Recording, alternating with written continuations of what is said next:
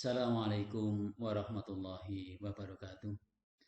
Anak-anak peserta Matsama Mandua Sragen yang berbahagia, salam jumpa dengan kami dari Guru Mandua Sragen dalam materi Matsama yaitu moderasi beragama.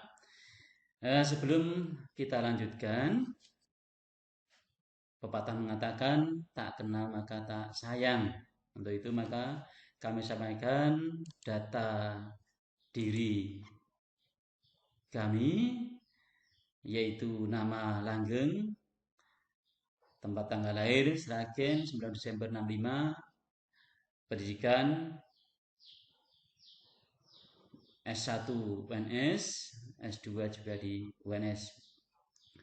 Baiklah, pada kesempatan kali ini kita akan membicarakan tentang moderasi beragama.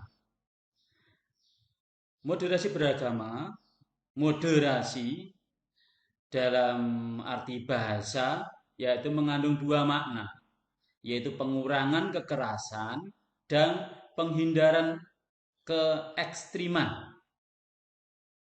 Secara lebih luas, moderasi juga bermakna suatu kegiatan untuk melakukan peninjauan agar tidak menyimpang dari aturan yang berlaku yang telah disepakati. Ini moderasi. Sehingga moderasi beragama secara itu dapat dikatakan cara pandang terkait proses memahami dan mengamalkan ajaran agama agar berada di jalur yang benar, di jalur yang moderat, artinya tidak berlebih-lebihan. Baiklah, sebelum kita belajar, kita harus membicarakan tentang prinsip pemahaman itu kayak apa. Kalau kita belajar agama itu kayak apa? Ada beberapa prinsip yang harus kita perhatikan di abad 21. Ada prinsip tasamuh atau toleransi, tawazun, keseimbangan, tawasud, moderasi atau wasatiyah, pertengahan. Ada tiga prinsip ini yang kita pahami, yang kita pedomani untuk beragama di abad sekarang ini. Anak-anakku, karakter beragama moderat antara lain pemahaman Islam secara komprehensif.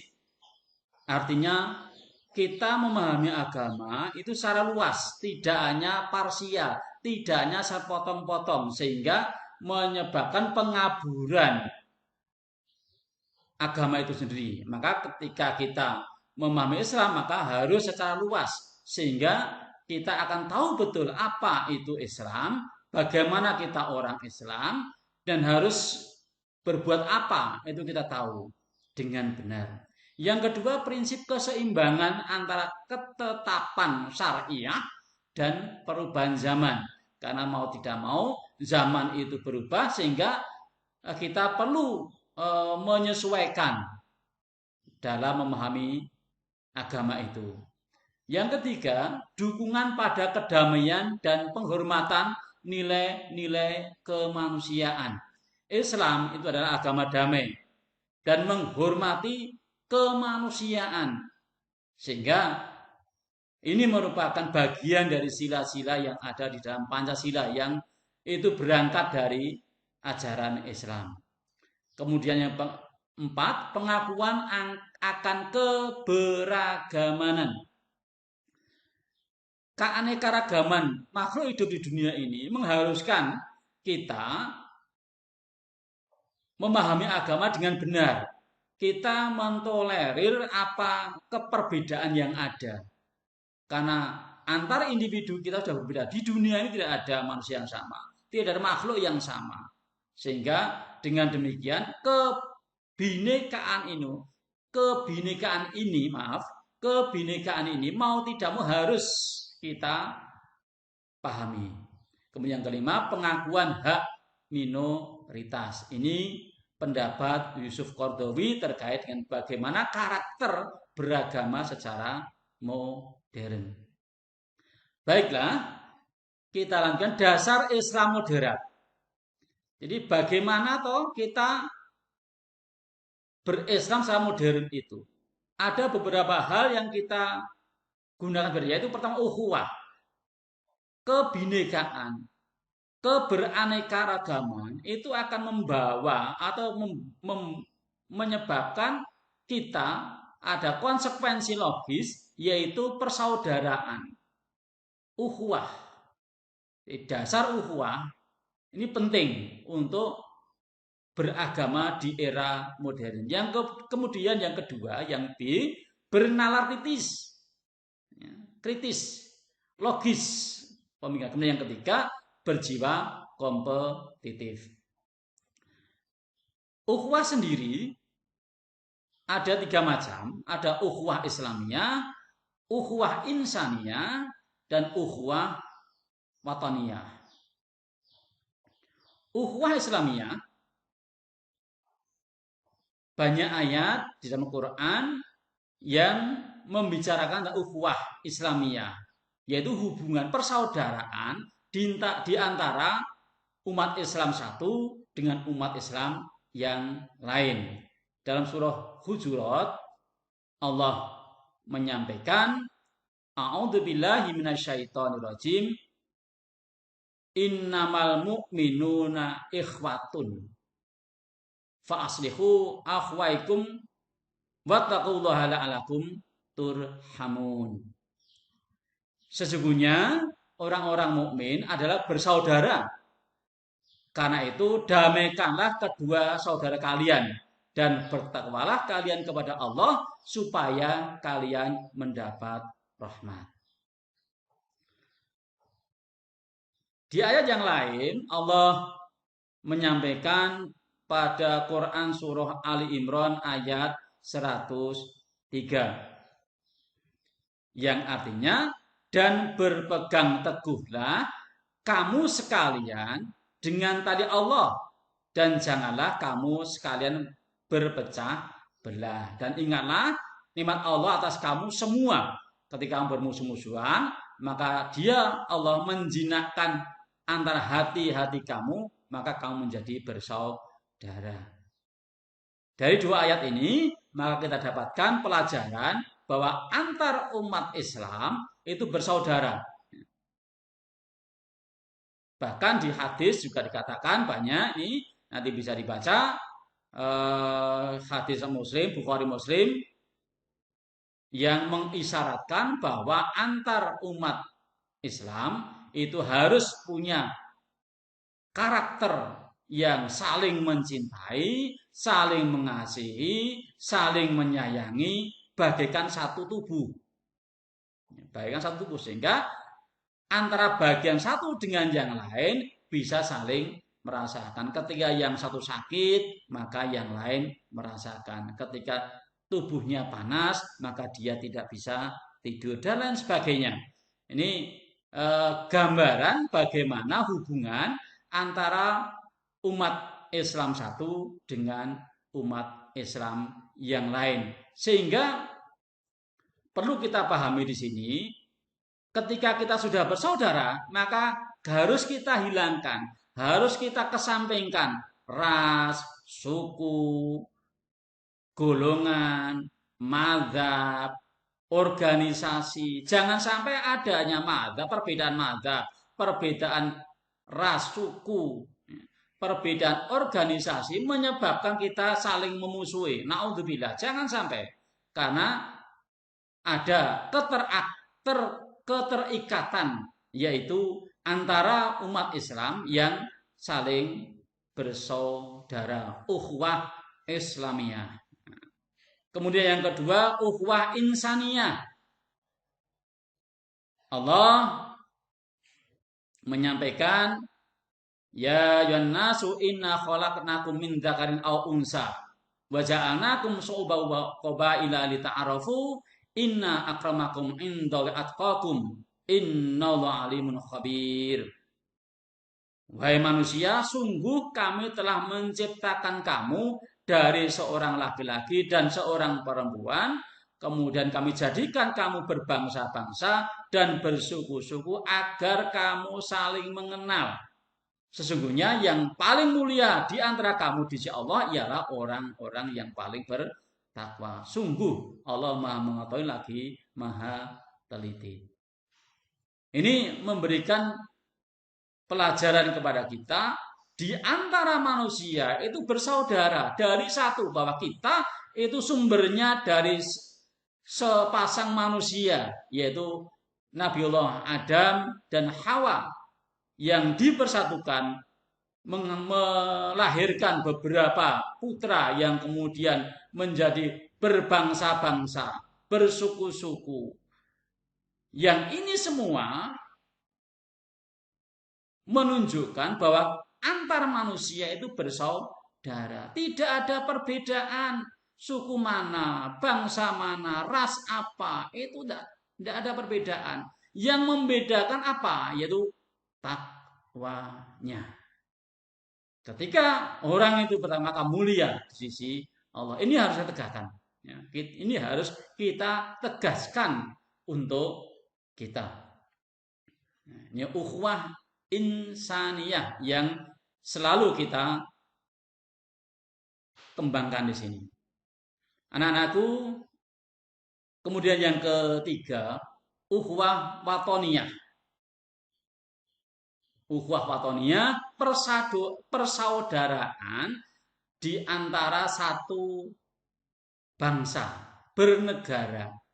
Kita tidak bisa hidup tanpa ada negara. Sekarang ini kita hidup di Indonesia. Indonesia ini merupakan tumpah darah kita. Kita lahir di sini, kita hidup di sini dengan keanekaragaman manusianya. Maka kita dipersaudarakan. Kita dipersaudarakan di antara warga Indonesia. Sayyidina Ali bin Abi Thalib radhiyallahu anhu menjelaskan, umiratil buldan bihubbil awtan. Negeri akan dimakmurkan dengan kecintaan pada tanah air. Jadi kita akan baik, negeri ini akan makmur, negeri akan jaya ketika semua yang ada di negeri ini mencintai tanah airnya. Sehingga akan tumbuh, pembangunan akan berkembang karena ada kecintaan terhadap tanah air. Di bagian lain, Imam Ali menyampaikan, di antara kemuliaan seorang adalah tangisannya akan apa yang lepas dari umurnya dan kecintaannya pada tanah airnya. Orang mulia ketika dia mencintai tanah airnya. Hubul waton minal iman. Ini yang terkenal di Indonesia. Anak-anakku, ini yang pertama. Yang kedua, yang B, karakter beragama modern adalah bernalar kritis. Apa yang maksudnya bernalar kritis adalah aktivitas mental yang dilakukan untuk mengevaluasi kebenaran suatu pernyataan.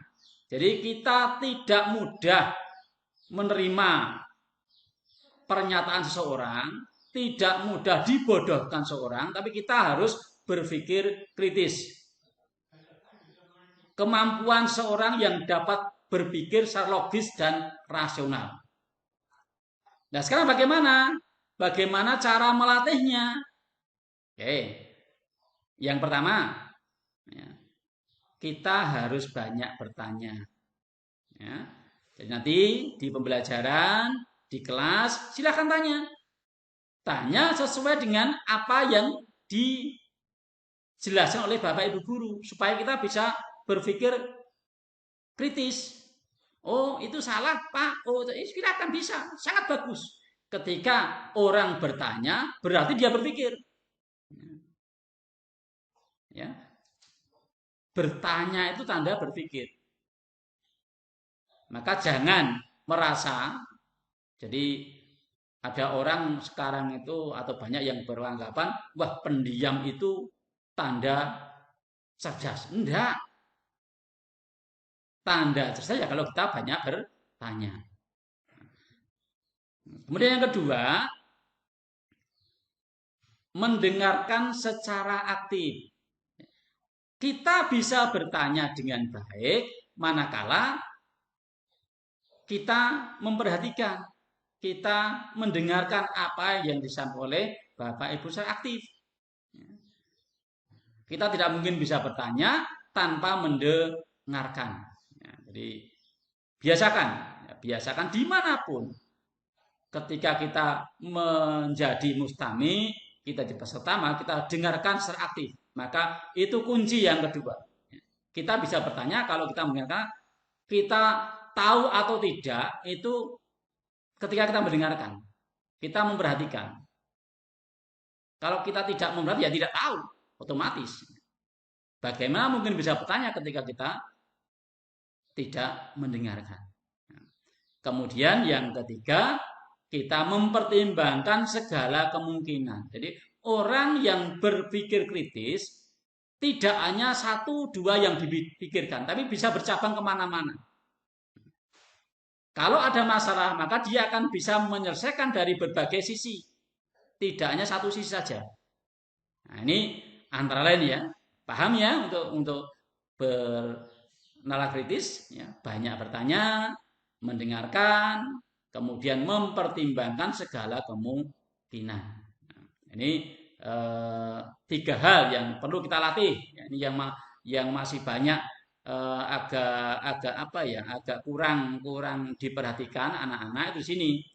Karena dari anak-anak SMP yang mungkin lagi belum aktif, maka nanti kalian kan sudah sekarang usianya sudah sekitar 16 tahun, 15 16 tahun. Maka sudah waktunya kita berpikir kritis, ya, berpikir kritis, tidak masa bodoh, wis pokoknya manut enggak, tapi kita berpikir kritis. Ya. Kemudian yang ketiga, berjiwa kompetitif.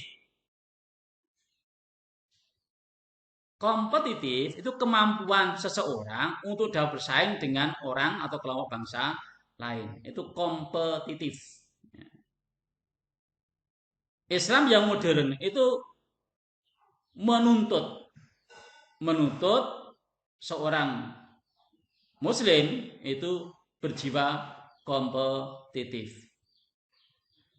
Sehingga dia mau tidak mau kita bersaing di dunia global. Sekarang ini kita tahu bahwa umat Islam itu kuntum khaira ummah, ya. Kamu sebaik umat, tetapi kenyataannya di lapangan, ya, mana negara-negara Muslim yang mayoritas Muslim itu menempati ranking atas kemakmuran, kesejahteraan, keamanan di dunia ini. Kita masih kalah. Kenapa? Karena jiwa kompetitifnya belum terasah. Maka kemudian bagaimana sekarang? Bagaimana kita mengasah agar kita berjiwa kompetitif dan nanti ditambah dengan kolaboratif, kompetitif dan kolaboratif. Ada beberapa langkah yang bisa kita lakukan. Yang pertama, selalu asah kemampuan. Selalu asah kemampuan. Sebesar apapun, sekuat apapun, secerdas apapun. Tapi kalau kita asah kemampuan kita, maka kita tidak akan mendapatkan apa-apa. Kita akan hilang semua. Seperti misalkan kita punya kemampuan hafal Quran misalkan. Tahfidz. Kita bisa 10 juz misalnya. Tapi kalau kita tidak murojaah, tidak diasah kembali, diulang-ulang kembali, maka akan hilang itu. Akan hilang. Maka selalu diasah kemampuan kita, diasah terus. Jangan sampai kita puas apa yang sudah kita capai. Ya. Jadi mengasah kemampuan ini dibarengi dengan motivasi yang kuat untuk maju. Yang kedua, tangguh dan pantang menyerah. Tidak mudah putus asa. Ketika gagal maka tidak putus asa, tidak menyerah. Kegagalan adalah sukses yang tertunda saja bagi mereka yang berjiwa kompetitif. Maka kita asah terus, kita tidak mudah putus asa. Apapun kita sekarang di hidup ini tidak mungkin tanpa ada tantangan. Pasti ada ujian itu pasti. Ya. Orang hidup itu pasti akan diuji. Kalau tidak mau diuji, tidak mau mendapat tantangan, tidak ada kesulitan, maka tidak udah hidup. Ya. Nah, karena kita sudah kadung itu apa ya? Terlanjur, terlanjur hidup, maka kita harus tangguh dan pantang menyerah. Baik, kemudian yang ketiga, selalu lakukan sesuatu di luar kebiasaan orang lain. Artinya apa? Kita selalu merefresh diri untuk melakukan sesuatu yang berbeda dengan orang lain, yang lebih dari orang lain. Ini kunci kita kompetitif. Misalkan begini, di kelas 10 ini kan berasal dari berbagai kondisi, ya berbagai kondisi. Ekonominya berbeda, kemudian orang tua, lingkungan keluarganya juga berbeda, mungkin daerahnya berbeda, kemampuan intelektualnya juga berbeda. Nah, apakah yang berbeda ini akan dibiarkan? Kalau kita tidak mampu finansial, ekonomi, bagaimana kita bisa melakukan sesuatu yang bisa kita mencukupi ekonomi kita. Kalau kita misalnya kemampuan akademis kita kurang, maka kita harus berusaha lebih dari yang lain. Misalkan seorang misal menghafal, ada yang menghafal satu ayat itu 1 menit bisa, ada yang tidak bisa. Yang tidak bisa ini akan maka dia harus berusaha tidak hanya 1 menit tapi ya 2 menit. Ketika kita pelajaran sama, ada yang bisa memahami ketika pas pelajaran langsung paham, tapi ada yang belum paham, maka dia harus melebihkan ini, membiar lebih dari yang lain. Ketika yang satu itu sudah paham, kita belum, maka kita tambah waktunya untuk memahami sampai paham, sehingga kita jadi kompeten di situ. Kita bisa berkompetisi di situ. Kemudian yang keempat, menghilangkan rasa takut dan pikiran negatif. Orang yang kompetitif itu percaya diri dan tidak negatif.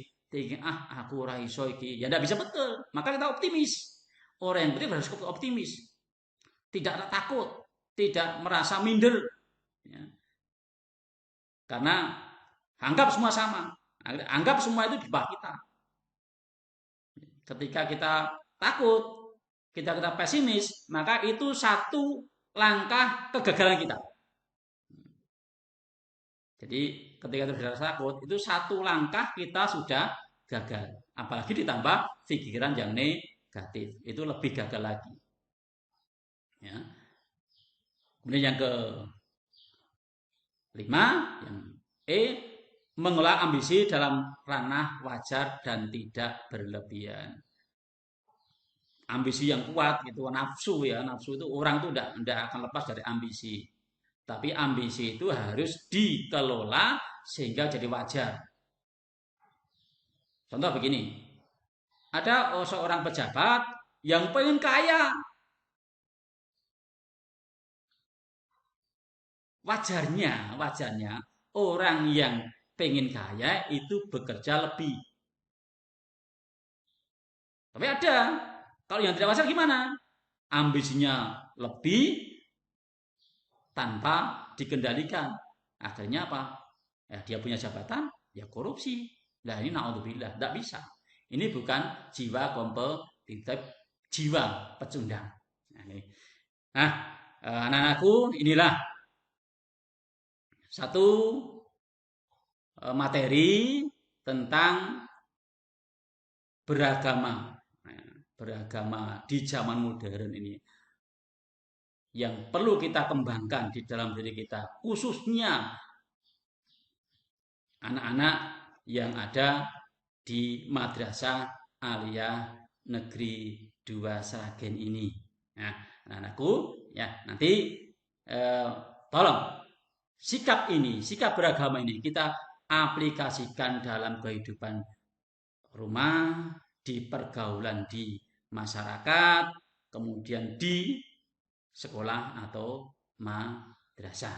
Nah, demikian apa yang kami sampaikan, mudah-mudahan bermanfaat dan selamat untuk mengikuti pelajaran di Madrasah Aliyah Negeri 2 Sragen. Semoga kalian semua menjadi anak-anak yang sukses di masa yang akan datang. Allahumma amin. Sekian. Assalamualaikum warahmatullahi wabarakatuh.